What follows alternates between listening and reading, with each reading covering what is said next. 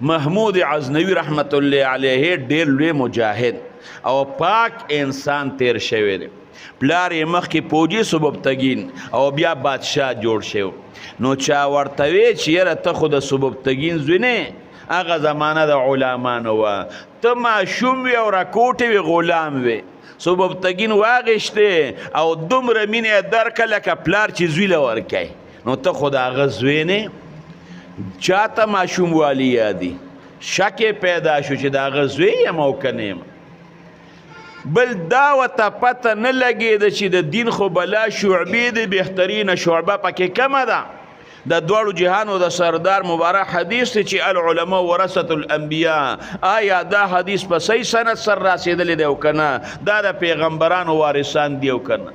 او دا یم سودا و چې ټول عمر خو مې په جهاد کې تیر که چې الله به ما وبخي او که به مو نه بخي.